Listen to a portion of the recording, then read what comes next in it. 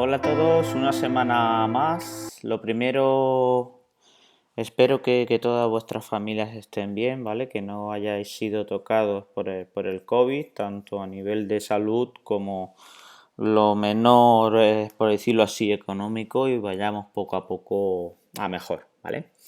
Pues hoy os voy a traer un vídeo un poquito diferente a lo que os voy presentando semana tras semana. En este caso, bueno, pues estaba un poco analizando sobre planos, sobre ejes, ¿vale? Estoy repasando todos esos conceptos que creo que son clave y que tenemos que dominar como biomecánicos. Y bueno, pues me voy haciendo ahí mis apuntes y hoy un poco lo he trasladado hacia nuestra actividad en biomecánica, que sería el ciclismo, ¿vale?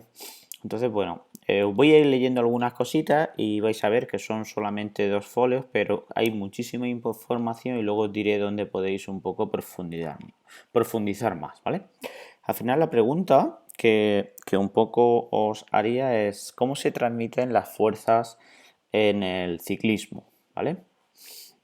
Ya sabéis que en el ciclismo, por decirlo así, podemos clasificar como una cadena propulsora y como una cadena estabilizadora.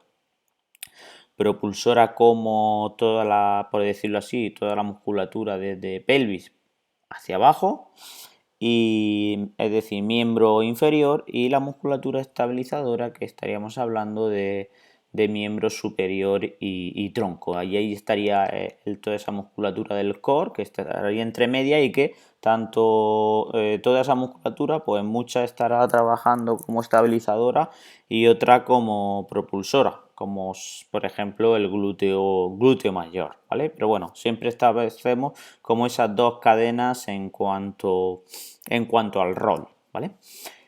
Por esto vamos a hablar un poco de lo que es la cadena cinética y lo que son los subsistemas de movimiento. Cadena cinética, ¿a qué me refiero? A cómo se originan las fuerzas y cómo se transmiten al final al pedal, y ya todo el mecanismo de engranaje que hace que nosotros en bicicleta pues vayamos hacia adelante, ¿vale? Por decirlo de alguna manera. En este sentido, pues ya sabéis que, por decirlo así, se pueden dar dos situaciones. Vamos a hablar del pedaleo sentado, porque en el pedaleo de pie sería algo parecido, pero habría que matizar algunas cositas. Y en ese sentido, pues cuando vamos a una, por decirlo así, una intensidad submáxima o intensidad, incluso vamos a hablar de leve o media, no se va a producir, por decirlo así, una tracción sobre manillar. Hay una investigación ya de años atrás, creo que era del 76 o del 86, de Sonnen y Adefella, y hablaba de esas fuerzas medidas en el manillar y medidas en el sillín y medidas en pedales. Sobre todo hablaba mucho de manillar y cómo en relación a la intensidad de salida pues aumentaban o disminuían esas fuerzas. Como todo ahí comprenderéis, pues cuando vamos a más intensidad generamos unas fuerzas de tracción sobre manillar que si todo funciona bien serán transferidas y utilizadas también como fuerza a la hora de transmitir al pedal. Y cuando vamos en una intensidad un poquito más baja, digamos que en el manillar lo que hacemos es dejarnos caer, es hacer un apoyo en el mismo, ¿vale? Entonces, pues claro, hay que resaltar esa importancia del core en la transmisión de esas fuerzas. ¿Por qué? Porque están ahí, está esa zona, está ahí en medio, y estamos generando una fuerza, por un lado, de tracción en manillar, si hablamos de esa intensidad elevadas, y también una fuerza de reacción que se está generando del pedal hacia nosotros, ¿vale? Ya sabéis, esa tercera ley de Newton, esas fuerzas reactivas. En este caso, si nos metemos con los planos, ¿vale? Plano sagital, plano transversal y plano frontal, haciendo un análisis muy rápido, el plano sagital es el que normalmente nosotros grabamos en el 2D, en biomecánica del ciclismo, serían los movimientos de flexo-extensión, ¿vale? Es decir, el ciclista visto desde lateral. Si hablamos del plan, en este plano será sobre todo donde se produce esa fuerza por la extensión, por la flexión, movimientos de flexión y extensión.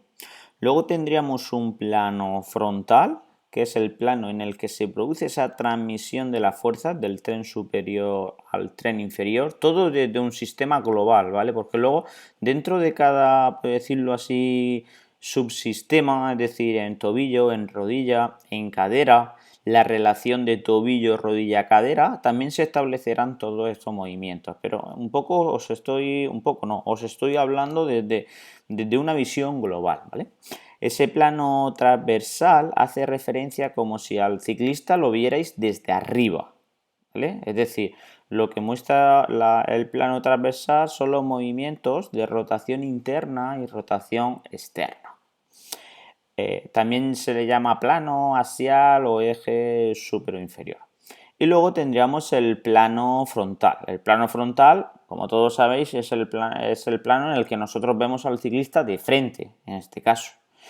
Y en este plano lo que se trabaja mucho en ciclismo es la estabilización de la carga, es decir, estabilizar el cuerpo en relación a esas fuerzas de reacción que se generan a través del pedaleo. Así, un poco, pues como he dicho al inicio de esta presentación, pues tendremos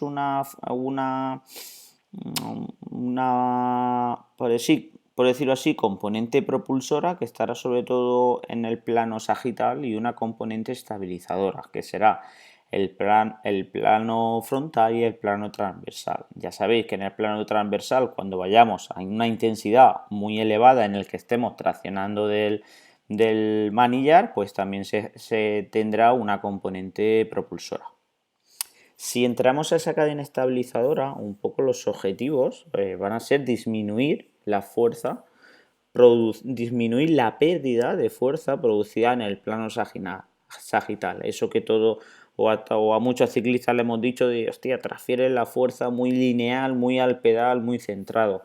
Un poco también esas fuerzas que podemos medir con los pedales Garmin Vector, ¿vale?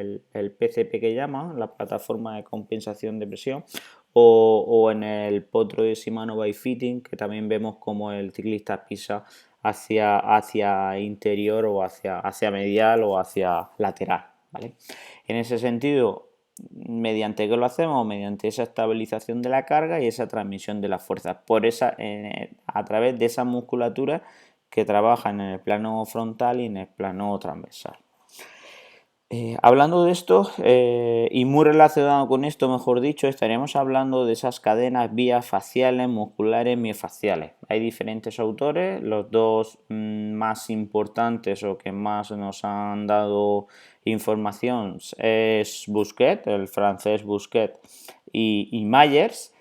Y en base a eso, pues podemos hablar, mejor dicho, de ese sistema oblicuo lateral, anterior y posterior. A ver si os puedo acercar. Sí. Aquí lo tendréis, ¿vale? Sistema oblicuo posterior, profundo, es decir, todos van a trabajar, ¿vale? Pero en este sentido estamos un poco hablando de estos, como al traccionar, por ejemplo, del brazo derecho, cómo activa dorsal izquierdo y cómo genera glúteo derecho, ¿vale? Entonces ahí tenemos esos subsistemas que ya os digo, tanto en el libro de Busquet como de Myers podéis profundizar todo lo que queráis. Si queréis un resumen rápido de esos dos subsistemas, me vais a permitir, vamos a entrar aquí. Hay un canal de YouTube de este autor, de Jerónimo Milo, que es muy interesante. Entráis a su perfil y dentro de la lista de reproducción pues vais a encontrar aquí un resumen de las diferentes vías anatómicas, ¿vale? 2, 3, aquí tenéis 6, 7, creo que eran 7 vídeos en total. A ver, 8, ¿vale? 8 vídeos de vías anatómicas en los que explica con los diferentes músculos cómo van con inserciones, con orígenes y cómo esas vías faciales van generando esa activación muscular y de movimiento, ¿vale? Entonces que lo tengáis en cuenta, ya sabéis, Jerónimo Milo. En cuanto, ya que estamos aquí también, vamos a ver Busquet, cadenas musculares, ¿vale?